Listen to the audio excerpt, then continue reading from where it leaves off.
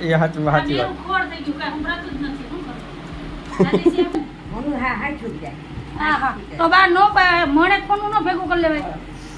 હા હું કામ નો આવે તો કઈ નહીં, પણ આવી રીતના બાનું કાઢવામાં હા હું કામ આવે. મેં સાહેબ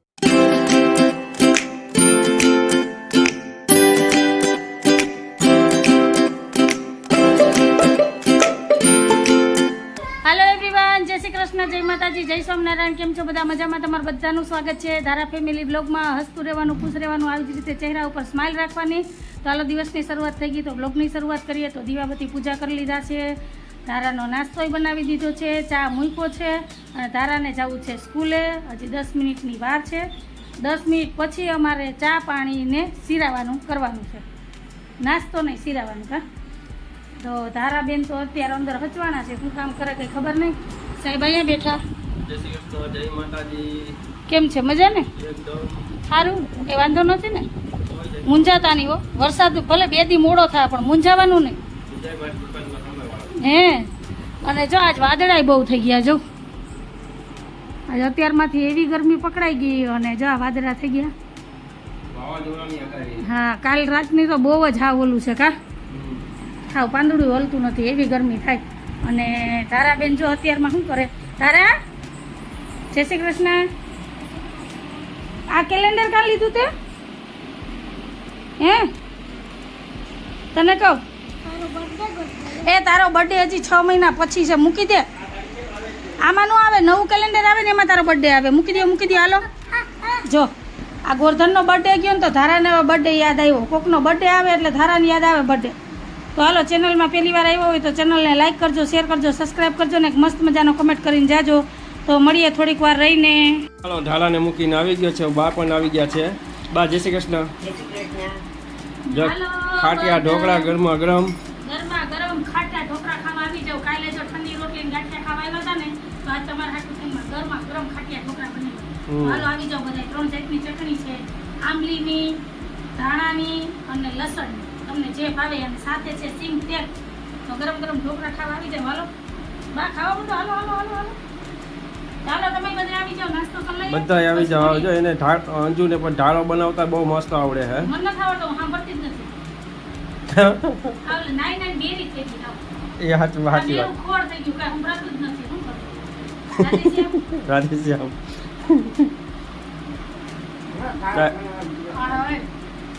મસ્ત પોચા કબા કર, મસ્ત એકદમ પોચા ને મસ્ત. અલા આમાં 500 રૂપિયા પૈ રાખે ને.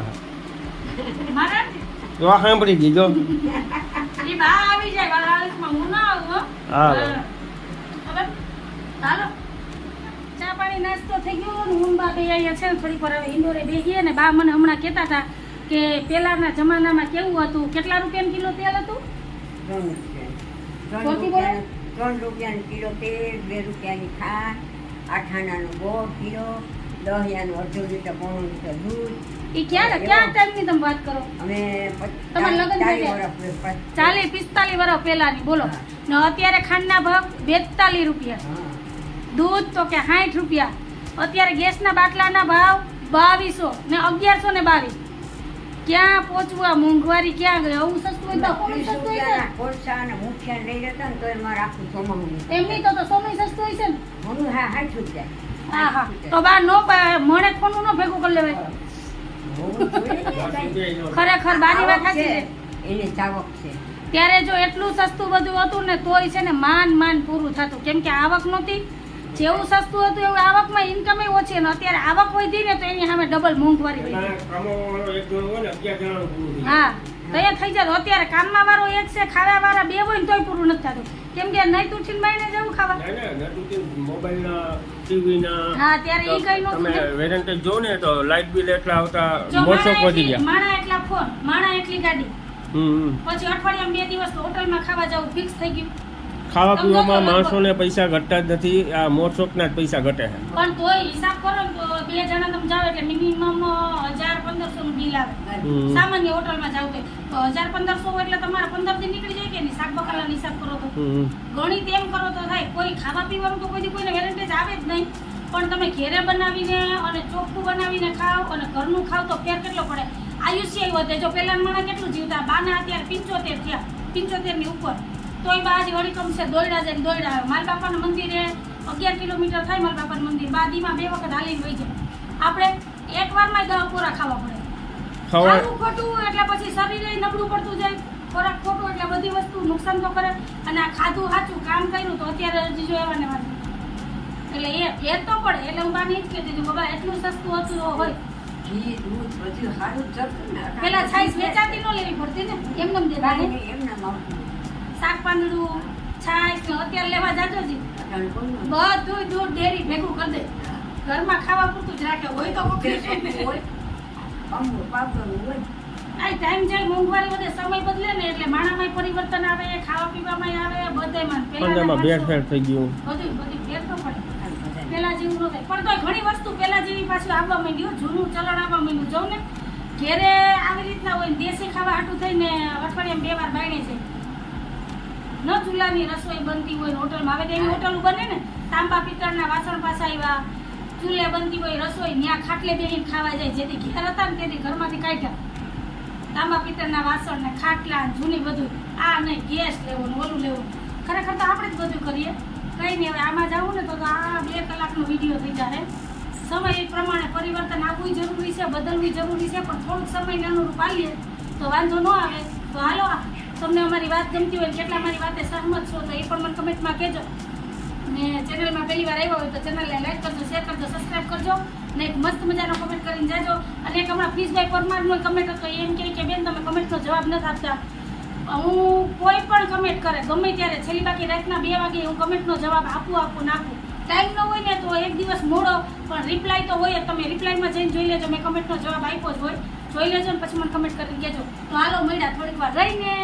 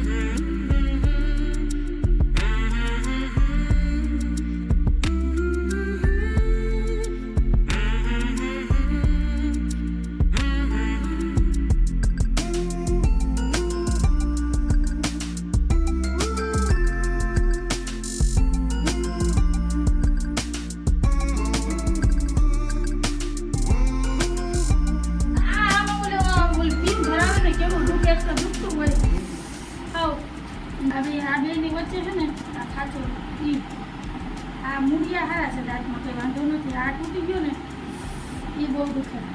હવે એ 2 રિપેર કરવાનો ખર્ચો કેટલો કીધો ખબર છે? ખાલી 20,000. હું આવતી રહી અત્યારે 20 રૂપિયાની ગોળી લઈ આવી. ખોટું નહીં બોલું. જો મેડિકલમાં રસ્તામાંથી મને 2 દાંતની ઉપર કવર ચડાવવાનું અને એમાં કેમિકલ ભરવાના. ચાંદી ભરવાનું. હા પેલા કેમિકલ ભરે ને પછી ઉપર ખોબરું ચાંદીનું અને ઓલા દાંત જેવું દાંત કરીએ ને તો 20,000 ને ઓલું કરીએ ને તો 18,000. તો 2 દાંતનો એટલો ખર્ચો કીધો અત્યારમાં. એટલે હું છે ને કહીને આવી કે હું વિચારીને જવાબ દે. આપણે ગોળી ખાઈને જિંદાબાદ. 20 રૂપિયાની 5 ગોળી આવી જો લઈ હતી. એક કાતરે ગોળી ખાઈ લેવું એમાં પછી જો છે ને 5 ખાલી 20,000 રૂપિયા એમાં નખાય. મને 3 દિવસથી આ દાંત દુખે, રોજ એક દુખાવાની ગોળી ખાવ. મૂળિયા હારા છે, એક્સરે કઢાવ્યો, તપાસ કરાવી, દાંતના મૂળિયામાં કઈ વાંધો નથી, એટલે કે નીકળે નહીં. બે દાંત છે ને અડધા ભાંગી ગયા. હવે કેમ ભાંગાય કે એમાં અનાજ કે કંઈક ભરાય ને એની એટલે મને સાથે બહુ દુખાવો દુખે. થાય. તરપણ વાળું ખાવ, ઠંડુ ખાવ, તીખું ખાવ તો દુખે. પણ 3 દિવસ ત્યાં તો શાકાઈ નથી ખવાતું. રસ ને રોટલી ને એવું ખાય, દુખે ને તોય ખાઈ લે. શું કરતું? તો હાલ અત્યારમાં તો એને મસ્ત ડોક્ટરની મુલાકાત કરી લેવાની. જો આ પાડી હોત તો અત્યારમાં 20,000 નો દામ આવી જાય. એ કે રોકાઈ જાવ, અત્યારે અડધી કલાક થાય સારવાર કરી દઈ કે પછી કાલ પાછા આવજો ને 8 દી પછી કે થઈ જાય. હું કહું મારે પૂછવું પડે મારે કાકુને. મેં કીધું તમને પૂછીને કહું, મારે સાસુને પૂછીને ભલે ને મારે ખબર ન હોય. ક્યાંય હાહુ કામ ન આવે ને તો કઈ નહીં, પણ આવી રીતના બહાનું કાઢવામાં હાહુ કામ આવે. મેં સાહેબને કીધું હું મારે સાસુને પૂછવું પડે, પૂછ્યા વગર મારે ન કરવું હોય. તો કે તો કાંઈ વાંધો નહીં, પૂછીને કહેજો. હું મારે હાહુને પૂછીને તમને કાલ જવાબ દઉં. હવે શું કરવાનું? મારા હાહુને મોઢામાં દાંત નથી તો મારા દાંતની ક્યાંથી હા પાડે? ચાલો મહિના હાલો ટાઈમ થયો છે 8:45 દુકાનેથી હાઈલો આવ્યો. બોલો શું કહેતા હતા? કાંઈ નહીં, ટીવી જોઈએ છે જેઠાલાલ. જેઠાલાલ ને દવા ખાઈને મજા કરી. દવા ખાધી હતી? આજમાં 2 ગોળી ખાવી પડી એ દુખાવાની. એક દાંત નથી, 3 છે ને ઓછો છે. તો દેખાય છે ને? હા હે ચાલા ચાલા હે એ સવારે બહુ હતો, અત્યારે ઓછો છે. એમાંય પાછું ઓલા સાહેબે જોયું ને ટક ટક ટક ટક ટક ટક કરીને એમાં વધારે થઈ ગયું. એટલે જે સવારનો તો છે ને ફોન ઉપાડવાનું મન જ નહોતું થતું કે વિડીયો બનાવવું કે બ્લોગ શૂટ કરવું કે કેમ કે જીવ અહીંયા ને અહીંયા જ એટલું હતું નહીં. ખરેખર એને બપોરે દવા ખાધી ને એટલે થોડીક વાર ઉઈ ગઈ હતી 2-2.5 કલાક. એટલે ત્યાં લગી વાંધો નહોતો ને વળી પાછી ઉઠી ને ત્યાં પાછો જીવ અહીંયા વયો ગયો. આજ મેં રૂંઢાની ચાય નથી પીધી. કેમ કે ગમે એ ખાવું ને ત્યાં અડે, રોટલી અડે કે મીઠી વસ્તુ અડે એટલે તરત ઠંડુ પાણી પીવું ને ગોરાનું કોઈ ત્યાં ધરાડ ત્યાં વયું જ છે ને. એક તો જીભ ગમે એમ કરીને જીભને પહોંચી જાય. સવારે તાજ 2 વાર બટકું કરે. તો હાલો હજી સાહેબ આવ્યા જ છે દુકાનેથી. તો હાથ પગ મોટું ખાઈ લ્યો એટલે જમવા દઈ દઉં. આજ બપોરે તમે બધાએ ખીચડી ખાધી હતી, ખાલી મારી વાળા બધાએ ખીચડી ને ઢોકળા બનાવ્યા હતા. 2 પ્લેટ ભરીને હતા. સવારે નાસ્તામાં ઢોકળા, બપોરે ઢોકળા ખાધા અને મેં દૂધને ખીચડી ખાધા હતા. કેમ કે ખોરું ખાવાનું કીધું હતું, દૂધને ખીચડી એટલે એવું જ ખાધું હતું. એટલે પછી કંઈ બ્લોગ શૂટ કરવાનું મન નહોતું થતું. કેમ કે આપને તકલીફ હોય ને કંઈ પણ આપણા શરીરમાં બીમારી હોય ને એટલે ક્યાંય મન લાગે જ નહીં. એમ થાય કે ઉતા રહીએ ને કાં હરફ ફરે ન્યા જી હરફ ફરે આજ તો ધારાએ નીંદર થઈ ગઈ 7:30 વાગે. ઉઠાડીને થાકી બેન ઉઠ હું અંદર જાઉં, બાઈને આવું, બાઈને જાઉં, અંદર આવું. કામ કેટલું છે પણ કાંઈ કામ કરવાનું મન નહોતું થતું. કેમ કે આ દુખાવામાં કંઈક રાહત થાય તો કંઈક કરવું. હવે તો જો અઠવાડિયું રાહ જોઉં ને તો બીજા ડૉક્ટરને બતાવશું. કેમ કે આ સાહેબે તો જે ખર્ચો કીધો ને 20,000 એ તો થોડુંક આપણા બજેટથી બહાર પડ્યું છે. એટલો બધો તો ખર્ચો ન થાય. સામાન્ય એવા કે 2 દાંત છે ને અડધી થઈ ગઈ, બેની વચ્ચેથી ભાંગી ગઈ. મૂળિયામાં સારા છે, મૂળિયામાં વાંધો નથી. એટલે ડૉક્ટરે કીધું કઢાય નહીં, આની ઉપર કેમિકલ ભરીને ઉપર કે આપણે ચાંદીનું જે પોથરું બેહાડી એનો 20,000 ચાર્જ કીધો મને 3 દાંતની. આપણે બાપા 15 રૂપિયાની ગોળી લઈ લીધા ને એટલા જ દવા ખાતું. એક બેની હજી સલાહ લઈ લઈએ શું છે શું નહીં તો પછી કરાવશું. ચાલો આજ તો વિડીયો જે હતો એટલો શેર કર્યો તમારી ઘરે. કાલે નવા વિડીયો સાથે મળશું. તો આજનો વિડીયો અહીંયા જ રાખું છું. કેવો લાગ્યો તમને આજનો બ્લોગ? તો તમને ગમ્યું હોય તો મારા વિડીયોને લાઈક કરજો, શેર કરજો, સબસ્ક્રાઈબ કરજો અને એક મસ્ત મજાનો કોમેન્ટ કરીને જાજો. તો ફરી પાછી કાલ મળીશ નવા વિડીયો સાથે. જય શ્રી કૃષ્ણ, જય માતાજી, આવજો, બાય બાય.